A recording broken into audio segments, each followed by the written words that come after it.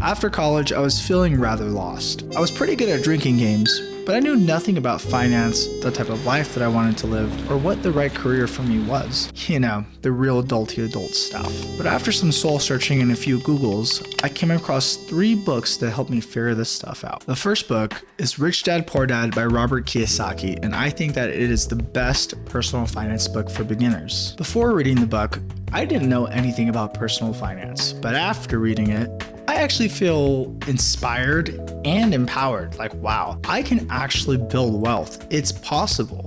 You just gotta learn the tips and tricks to do it. I know the topic of personal finance might seem scary to some of you guys, but trust me when I say it is very easy to read this book.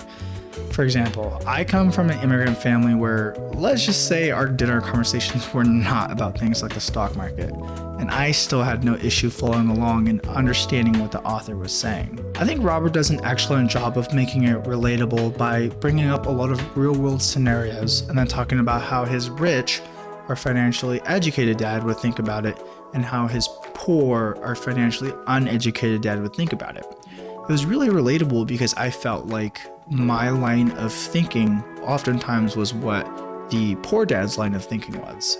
And it was a cool thought experiment to be like, oh, so that's not how you're supposed to think. You're supposed to think like this. Oh, it's actually okay to take some risk with your money. You don't have to hoard it all in a savings account. By the end of the book, you'll have a good understanding of how to actually build wealth, about how you can't do that with just your 9-to-5 salary, how to have your money work for you, some tax tricks, and also the difference between assets and liabilities, and what the hell everything I just said even means. As the photo of Toby from The Office on my fridge says, good morning, let's get this money. The next book is going to be The Subtle Art of Not Giving an F by Mark Manson.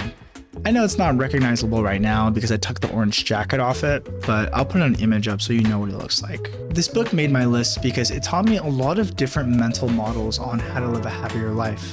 I know this book gets a lot of hate online and people think it's cheesy, but I don't think those people have actually read it. If you read it, you'll see that it's written pretty entertaining. It's not like regular self-help book.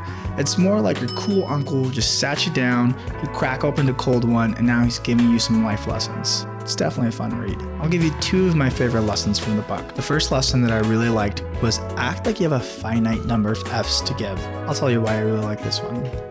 In today's day and age, thanks to things like Instagram, I feel like we've all been trained to give an F about everything. You're chilling at home, you think you're having a good time, and then you see someone's story of them doing something super cool, and now you got FOMO. You think you feel good about yourself, and you go on Instagram and there's someone better dressed or in better shape, and now you're self-conscious. Give an F about this, give an F about that. Giving an F about everything is good for business, but it's not good for our mental health.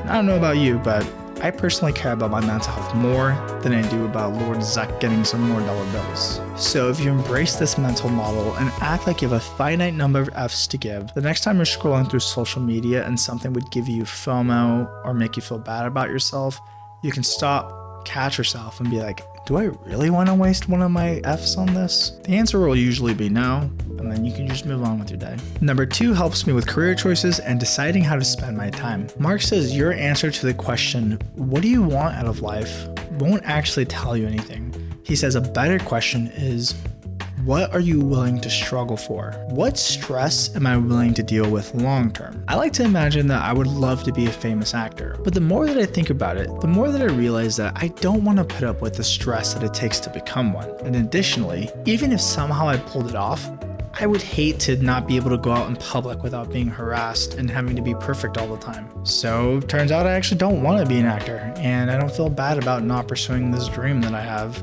and I don't waste any energy on it. This book will help you shift your perspective, and dare I say it, it'll teach you the subtle art of not giving an F. Boom, comedy. Before we get to the 3rd book, I just have to stop the video really quick. I just want to say thank you. In the last month, I've gone from 85 subscribers to 200, which blows my mind. It took me almost a year to get to 85 subscribers, and then a month to 200. You guys are absolutely amazing. I'm very grateful for you guys. It means a lot to me, a small creator, any small creator, when you like, comment, and subscribe. Thank you. back to the video. The final book that I'm going to recommend is The 4-Hour Workweek by Tim Ferriss. It's an excellent book on time management and entrepreneurship, but that's not why it made the list for me.